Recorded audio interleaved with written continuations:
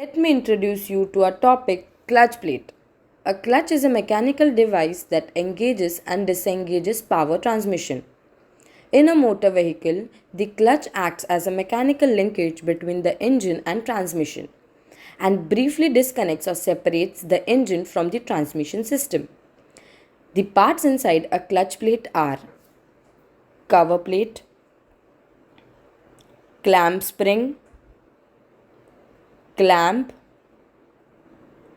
clutch plate buffer, disc buffer, diaphragm spring, pressure plate, gear holder, inner gear, gear spring, and torsional spring. Now, let's move on to the material selection of clutch disc. Clutch plates are made up of a range of materials. A variety of materials have been used in the past for manufacturing the clutch plate. The materials which are best suited for a clutch plate are made up of organic materials, Kevlar, ceramic, ceramic, asbestos, etc. Depending on the function and the condition in which it is going to be used, a material is selected for the clutch plate. The material we selected for our project is asbestos. Talking about the FEA analysis approach, we have decided to carry out static structural and steady-state thermal analysis using ANSYS. For carrying out the further procedures, we had to know about the necessary information like isotropic elasticity of asbestos, which includes Young's modulus, Poisson's ratio, bulk modulus, and shear modulus. Apart from the structural data, the next thing we had to do was to carry out the steady-state thermal analysis, for which we had to know the isotropic thermal conductivity of asbestos. The value of the same is 0.08 watts per meter Kelvin. After importing the model, meshing was needed to be done. We decided to go for a triangular mesh and an element size of 5 mm for high accuracy in our result. Now let's have a look at the result of the analysis. In the structural analysis, we carried out two tests, one of which is the total deformation. In this result, we observe the amount of distortion in the material after applying all the necessary boundary conditions and a pressure of 1 megapascal. As you can see on the left hand side, there is a maximum deformation of 9.0874 into 10 raised to minus 2 mm.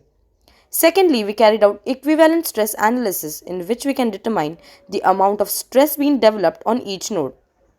Here, the maximum stress observed is 184.16 megapascal and the minimum stress observed is 0.40199 megapascal.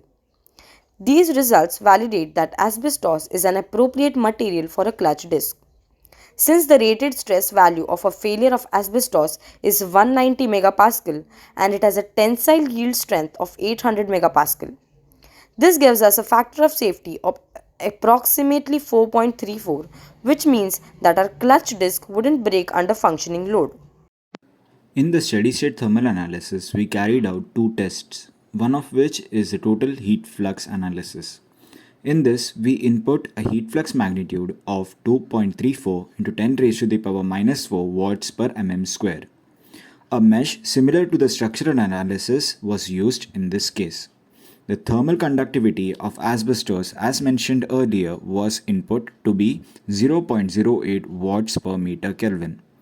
In the solution, we observed that a maximum heat flux of 8.2826 into 10 raised to the power minus 4 watts per mm square. This value is quite high, which is the reason why there are traces of stainless steel and copper wires in a clutch disc. These wires and linings help to dissipate the heat throughout the body faster. Secondly, we carried out temperature analysis of our model with a factor of radiation to room temperature, that is 22 degrees Celsius. As you can see in the results, the maximum temperature reached is 169.92 degrees Celsius. Asbestos is a material which is non-flammable in nature and can handle temperatures up to 2750 degrees Celsius. Thus, a mere 170 degrees Celsius wouldn't be a cause of failure of the clutch disc. In conclusion, we can say that static structural analysis shows that the maximum stress generated does not exceed the failure stress of asbestos. This means that asbestos is an appropriate material for our clutch plate and it wouldn't break under tension when it is used. Steady state thermal analysis shows that the high temperatures generated when a clutch is being used will not affect the clutch and cause failure in our clutch plate.